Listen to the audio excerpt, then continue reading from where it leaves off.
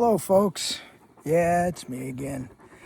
I never intended to make a channel devoted to Great Pyrenees. It was mainly just to kind of record some of the fun events that happen on our funny farm in Texas. We are city folk, I guess you could say, or were. We moved from Salt Lake City, Utah, South Jordan actually, to a little community called Whitney, Texas. Quite rural, population of less than 2,000. Nice little communities, wonderful, wonderful folks. I can't say enough about the people that we live around. Just awesome people. It's taken some getting used to for us here in Texas, but one of the things that we've had to adapt to is the need to have livestock guard dogs. And here is Max, and I've featured him before.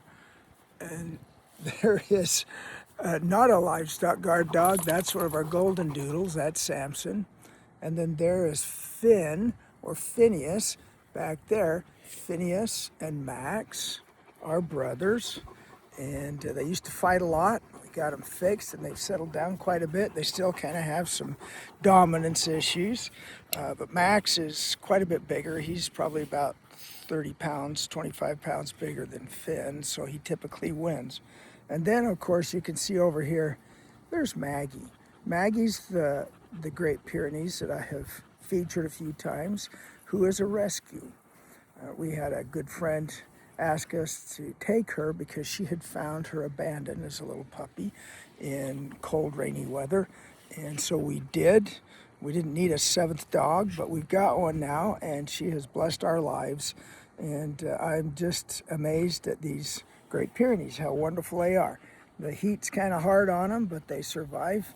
There's Max again, and of course, there's Finn. He's taking it easy, and I'm just sitting out here in the orchard watering trees. A little bit about our journey.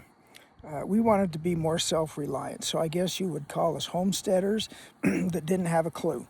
And we came out here, bought property, had to refurbish our house, took it down pretty deep, spent quite a bit of money on it, and got it to where it was really quite livable for us. It's a very nice home. Excuse me. One of the projects we had was planting an orchard, and you know, it's a lot more difficult than it sounds like with Johnny Appleseed walking across the country planting apple seeds. These orchards take some care. It's kind of tough in Texas where it's hot all the time to get to a time where you can prune and take care of them. And I'm just out here watering. Our temperatures have been above 100 degrees. The feels like index has been 108, 110 or more. As humid as it may get, the ground gets parched and baked. And so our trees are struggling right now, and we have to water. Other things that we have done is we've taken on 11 beehives, and I don't know if you can probably see them off there in the background. But yeah, that's 11 beehives. And you know, my daughter and her daughter have taken some classes and know a little bit about beekeeping, but for me, it's kind of brand new. And so I'm on a learning curve, and it takes a lot of time that we don't have. We've tried to raise cattle. That was one of the first things that we did, goats and cattle. Cattle's great. We love our cows. We just had to take our bull, our first bull, Ferdinand, appropriately named because he was an incredible bull. We had to take him to the sale barn. He was getting kind of old, and he jumped a fence a couple of times to take care of our neighbor's cows when one of them went into heat, and he injured himself pretty bad, and he was kind of non-recoverable. And so we've taken him to the sale barn in hopes of getting enough money to help us buy a new bull, which we have to get on property here fairly soon so we don't miss another breeding cycle. Ferdinand sired some gorgeous calves, just some beautiful animals. And we're hoping that this new bull we have picked out will do the same thing for us. Our goats, we just took a load of them to the market. The return was a little disappointing. Didn't bring quite the prices we were looking for. But goats have been fun to raise. And at birthing time, kidding time, I guess you call it, is just absolutely incredible. If you haven't had the opportunity to interact with newborn goats, these little kids are hilarious. And as they experience life, running all over, jumping, laughing, I believe they do laugh. They're having a good time. It's just great. There goes our flock of dogs because they sense danger, which is just a car going by. Anyway, not to bore you with any more about our little homestead life here. It's been wonderful. It's been a lot of hard work. If you're thinking of doing it, by all means do it, but don't think that you're going to have an evening to sit in the recliner and watch TV. I haven't watched TV for probably 5 years since we've been here in Texas. There's too much to do.